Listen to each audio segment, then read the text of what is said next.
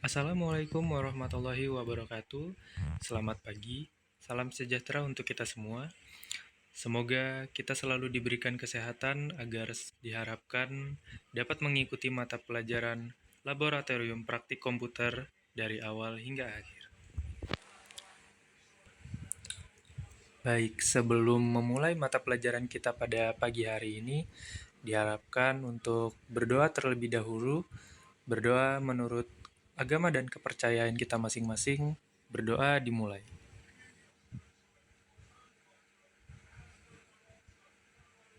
Berdoa selesai. Baik, pada pertemuan pagi hari ini, kita akan mempelajari tentang pengenalan dan penggunaan fitur dasar Microsoft Word untuk membuat dokumen. Baik, sebelum memulai mata pelajaran kita pada pagi hari ini, diharapkan kepada rekan-rekan siswa untuk mengisi presensi kehadiran yang sudah disediakan.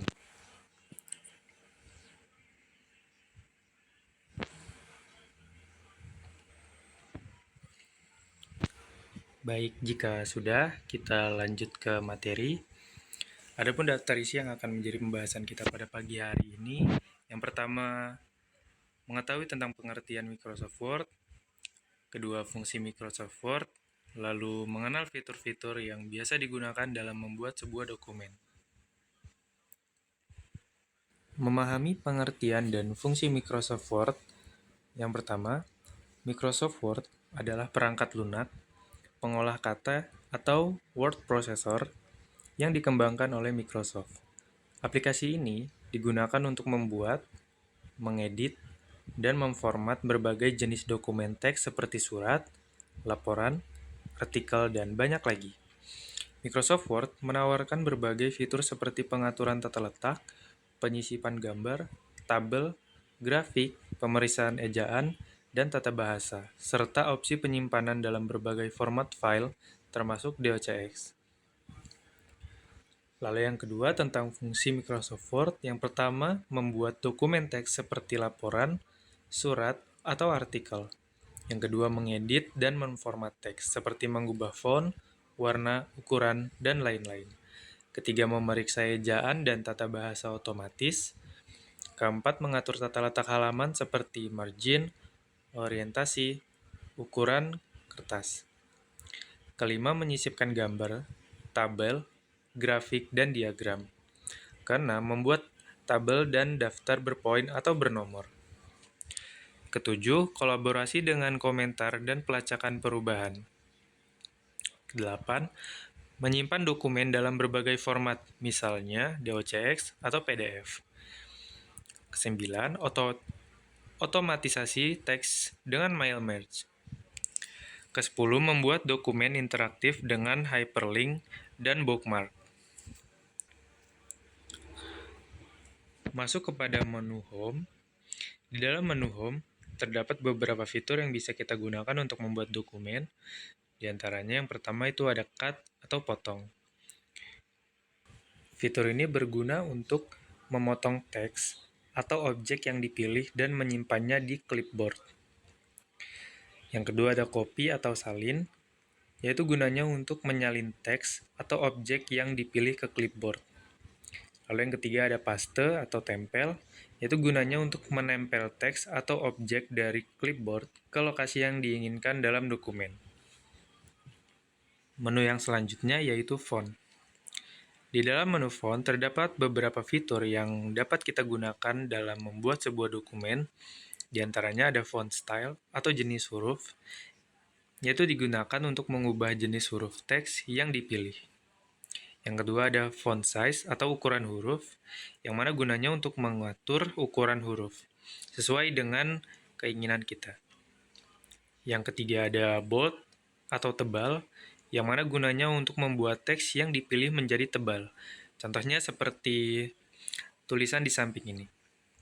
Lalu ada fitur italic atau miring, yang mana gunanya untuk membuat teks yang dipilih menjadi miring. Contohnya adalah teks yang barusan saya baca ini. Lalu selanjutnya ada fitur underline atau garis bawah, yang mana gunanya untuk memberikan garis bawah pada teks yang dipilih. Contohnya seperti teks yang saya bacakan barusan ini. Lalu, selanjutnya ada fitur font color atau warna huruf yang mana gunanya adalah mengubah warna teks. Lalu yang terakhir ada text highlight color atau warna sorotan teks yang mana gunanya memberikan warna latar belakang pada teks yang dipilih. Oke, selanjutnya ada fitur paragraf. Di dalam paragraf, terdapat beberapa fitur yang bisa kita gunakan dalam membuat sebuah dokumen, yaitu diantaranya ada bullet atau poin, yang mana itu gunanya membuat daftar dengan poin. Lalu ada numbering atau penomoran, yaitu gunanya untuk membuat daftar dengan penomoran. Lalu ada alike text atau perataan teks, yang mana gunanya untuk mengatur perataan teks mulai dari kiri, tengah, kanan, atau rata kiri kanan. Seperti contoh pada gambar di samping, ini adalah contoh dari penggunaan fitur rata kiri, rata tengah, dan rata kanan. Lalu ada line spacing atau jarak baris, di mana gunanya untuk mengatur jarak antar baris teks. Lalu ada shading atau bayangan, yang mana gunanya untuk memberikan warna latar belakang pada paragraf yang dipilih. Yang terakhir ada border atau batas, yang mana gunanya untuk menambahkan garis batas di sekitar paragraf atau teks. Oke, lalu ada menu styles. Di dalam menu styles, terdapat beberapa fitur. Yang pertama ada heading styles, yang mana gunanya untuk menggunakan gaya teks seperti heading 1, heading 2, untuk judul dan subjudul, yaitu memudahkan pembuatan struktur dokumen. Lalu ada normal, yang mana gunanya menerapkan gaya teks standar atau default ke teks yang dipilih. Lalu selanjutnya ada menu editing, yaitu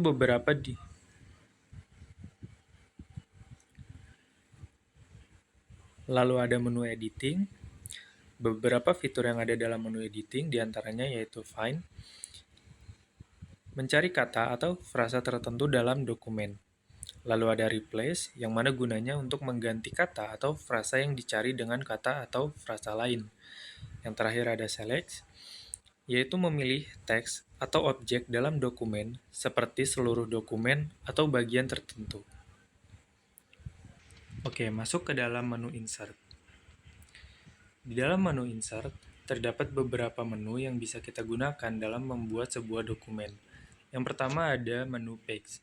Di dalam menu page, terdapat beberapa fitur, diantaranya ada cover page yang dimana gunanya untuk menyisipkan halaman sampul siap pakai di awal dokumen. Yang kedua ada blank page, yang mana fungsinya untuk menyisipkan halaman kosong baru di posisi kursor saat ini. Yang terakhir ada page break, yang mana gunanya untuk membuat pemisah halaman untuk memulai teks di halaman baru. Selanjutnya ada menu table. Di dalam menu table, terdapat tabel yang menyisipkan tabel ke dalam dokumen dengan memilih jumlah kolom dan baris yang diinginkan. Seperti contoh di samping, ketika kita ingin membuat sebuah tabel, maka kita bisa mengcustom tiap baris ataupun kolom yang kita inginkan.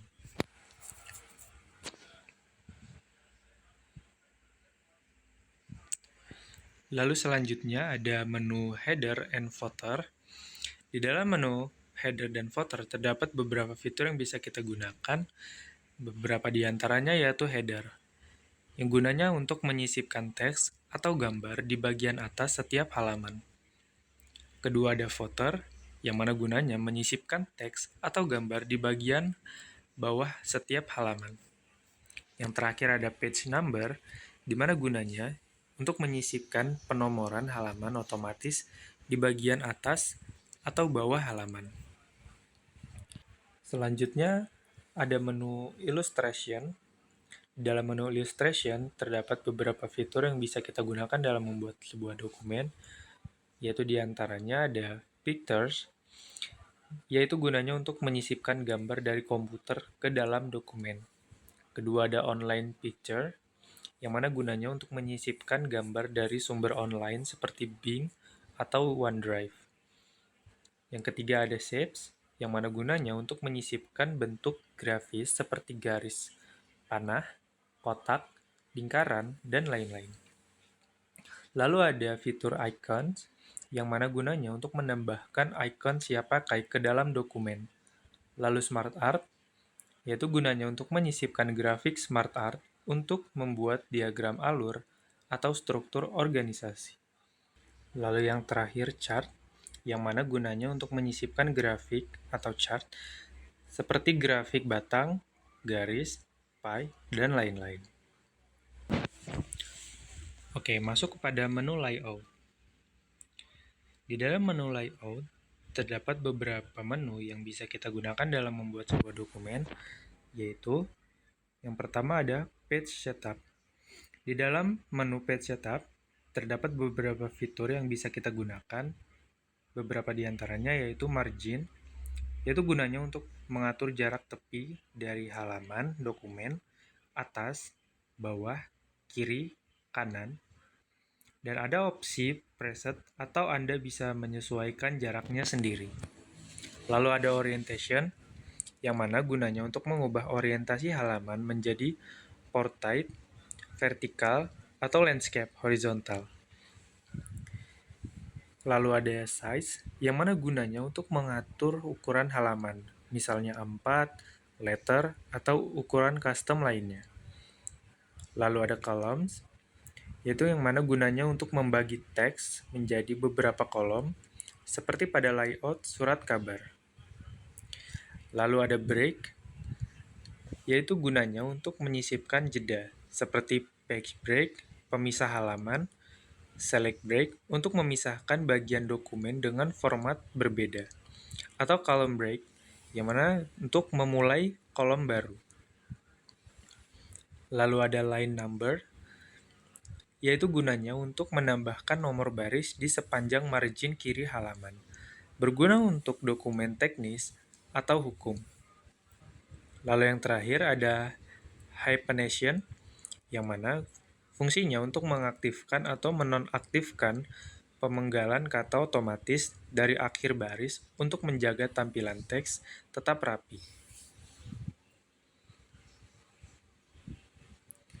Lalu yang terakhir ada menu paragraf. Di dalam menu paragraf terdapat beberapa fitur yang bisa kita gunakan dalam membuat sebuah dokumen. Beberapa di antaranya ada indent, yang mana gunanya untuk mengatur jarak indentasi teks dari kiri atau kanan. Ini berguna saat Anda ingin menjorokkan baris pertama paragraf atau seluruh paragraf. Yang terakhir ada spacing, yang mana gunanya untuk mengatur jarak antara paragraf atau baris, baik sebelum maupun sesudah paragraf. Baik, cukup sekian materi kita pada pagi hari ini. Apabila terdapat kekurangan, baik dalam tutur kata ataupun penyampaian materi, saya mohon maaf. Sebelum menutup mata pelajaran kita pada pagi hari ini, alangkah baiknya kita berdoa. Berdoa menurut agama dan kepercayaan kita masing-masing, berdoa dimulai.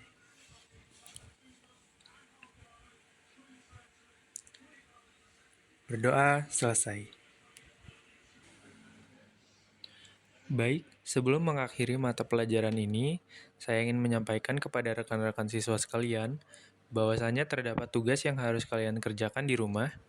Kerjakan dengan sungguh-sungguh, ditunggu sampai besok siang pukul 12. Juga sebagai penilaian pengetahuan rekan-rekan siswa semua pada pertemuan ini.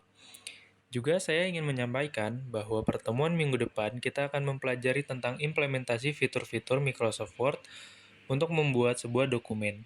Jadi, nanti kita akan praktik langsung tentang pembuatan sebuah dokumen yang baik dan benar. Baik, itu saja. Saya akhiri. Wabillahi taufiq walhidayah. Wassalamualaikum warahmatullahi wabarakatuh.